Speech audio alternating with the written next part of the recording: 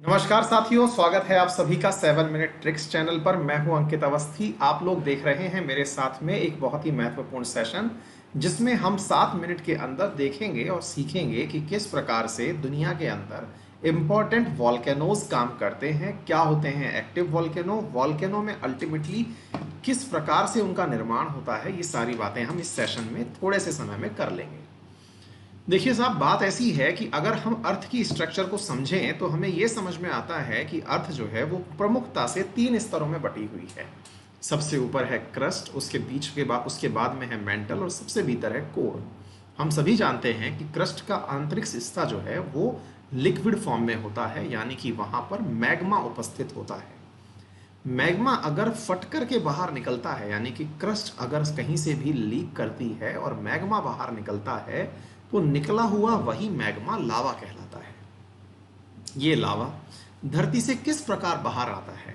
किसी एक संकेंद्रित स्थान से बाहर आता है, या फिर किसी पर्टिकुलर दरार से बाहर आता है, एकदम ब्लास्ट करके बाहर आता है। ये लावा बाहर निकलने के बाद फैल जाता है, ये लावा निकलने के बाद कोई कोन बनाता है। इन तमाम आधारों पर हम वॉल्केनोज का डिस्कशन करते हैं। अल्टीमेटली लावा का मेंटल से बाहर निकल करके क्रस्ट को पार करते हुए बाहर आना ही ज्वालामुखी कहलाता है, वॉल्केनो कहलाता है।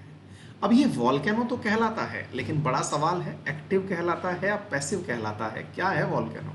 डोरमेंट है कि एक्टिव है? जो वॉल्केनो बहुत ही नित्य रूप से फटते रहते हैं वो सभी एक्टिव वॉल्केनो कहलाते हैं। इन सब को हम थोड़ा सा यहाँ समझने का प्रयास करेंगे और देखेंगे कि दुनिया के प्रमुख वॉल्केनो जो सामान्यतया पेपर में पूछे जाते हैं वो कौन कौन से हैं। मेरे प्यारे साथियों, मैंने आपको बताया कि किस प्रकार से वॉल्केनो का निर्धारण होता है। इसमें लावा के साथ साथ गैस, राख आदि चीजें निकल करके बाहर आती हैं। कई बार ऐसा होता है कि वॉल्केनो अंदर मेंटल से निकल करके, यानी कि जो आपका एस्थेनोस्फीयर वाला हिस्सा है अर्थ का, वहां से निकल करके लिथोस्फीयर को क्रॉस करके जब बाहर आता है, तो कई बार तो सतह उसको आसानी से उपलब्ध हो जाती है निकलने के लिए। लेकिन कई बार ऐसा भी होता है कि अर्थ के भीतर की तरफ कुछ ऐसी स्थान बन जाते हैं, ऐसे स्पेस बन जाते हैं, जिसमें ये निकला हुआ लावा कहीं बीच में फंस जाता है। इसका बीच में जो फंसना है, जिसके अंदर ये लावा फंस जाता है, वहाँ कई प्रकार की आकृतियां निर्माण करता है। ऐसा होता है मेरे प्यारे साथियों। यदि आप इसे ध्यान से देखें तो लावा का बाहर निकल कर के आना उसके भीतर ही बहुत सारी आकृतियों का निर्माण भी करता है, जैसे कि बेडरॉक, बेस, सिल, डाइक, फ्लैंक, थ्रॉट, लावा, वेंट, क्रेटर। ये सब एक आकृतियों का प्रकार है। अगर आप देखते चलें तो सबसे पहले आपके सामने ये जो जगह दिखाई दे रही है ये मैग्मा है। अगर आप इसे देखें तो ये मैग्मा क्रॉस करता है बेडरॉक को। बेडरॉक को क्रॉस करके लावा जिस पाइपलाइन के माध्यम से बाहर निकल के आता है उसे हम पाइप ही कहते हैं या कॉन्डक्ट कहते हैं। इसके पश्चात मेरे प्यारे साथियों, ये सारी चीज़ें धीरे धीरे जहाँ तक फैलती हैं वो आप लोगों का बेस कहलाता है। इस बेस के अतिरिक्त मेरे प्यारे साथियों, जब ये लावा उसी क्रस्ट के अंदर कहीं फंस के रह जाता है तो सिल कहलाता है। इस प्रकार से ये सब आकृतियाँ लावा के निकलने से बन के आती हैं।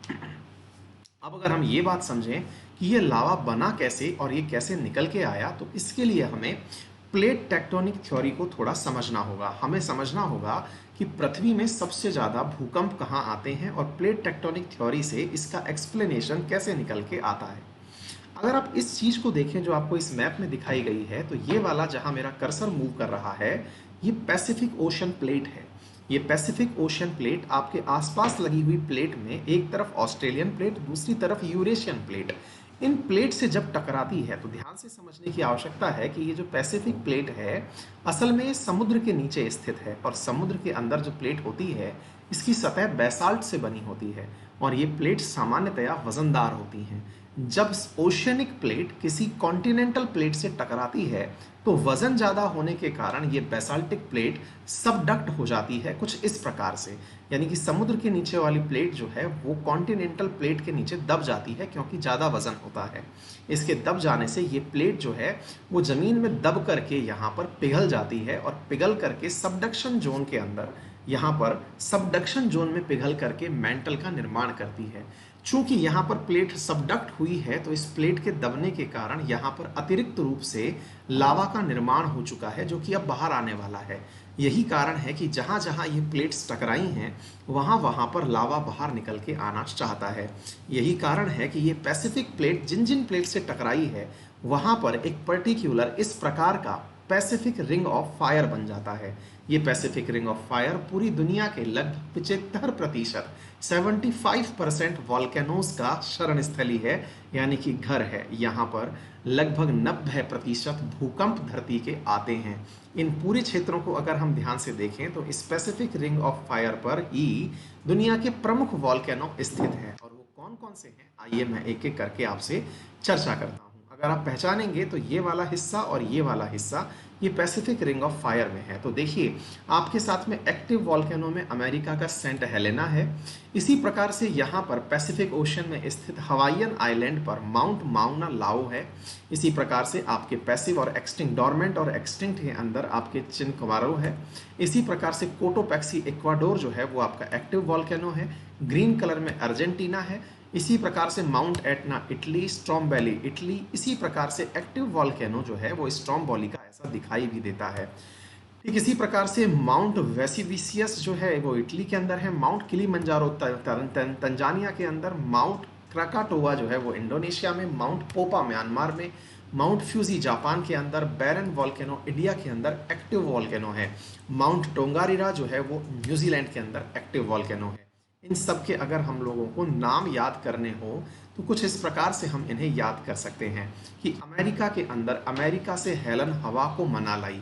तो हम इस प्रकार से याद करना चाहेंगे कि माउंट माउना लाओ जो है वो हवाई में है। इसी प्रकार से माउंट कोटोपैक्सी, माउंट चिम्बराजो और माउंट एकांकागुआ, इसको आप याद कर सकते हैं कोची के एक डोर पर बैठे कागुआ और टीना। तो इससे बन करके आप लोगों का ये आ जाता है। इसी प्रकार से इटली की एटना वासु की बोली। इटली की एटना मतलब इटली की एटना। इसी प्रकार से माउंट वेसुवियस और स्ट्रोम्बोली। इस प्रकार से आप लोगों के सामने ये वॉल्केनो जो प्रमुख हैं वो आपके सामने आसानी से याद हो जाते हैं। ठीक इसी प्रकार से अफ्रीका के अंदर तन में अफ्रीकी कील यानी कि तंजानिया के अंदर किलिमंजारो। इंडोनेशिया क्रेन पर बैठे यानी कि क्राकाटोवा इंडोनेशिया में। क्राकोटा इंडोनेशिया में। माया के पापा ने यानी माउंट पोपा इन म्यांमार। बैरन ज्वालामुखी भारत के रण में। जापानी फाज बुलाली यानी माउंट फ्यूजी जापान। झील में टांगे यानी कि माउंट टोंगारियो इन न्यूजीलैंड। तो इस प्रकार से आप इन्हें याद कर सकते हैं। ये चैनल है 7 मिनट ट्रिक्स, आप इसे सब्सक्राइब कर लें।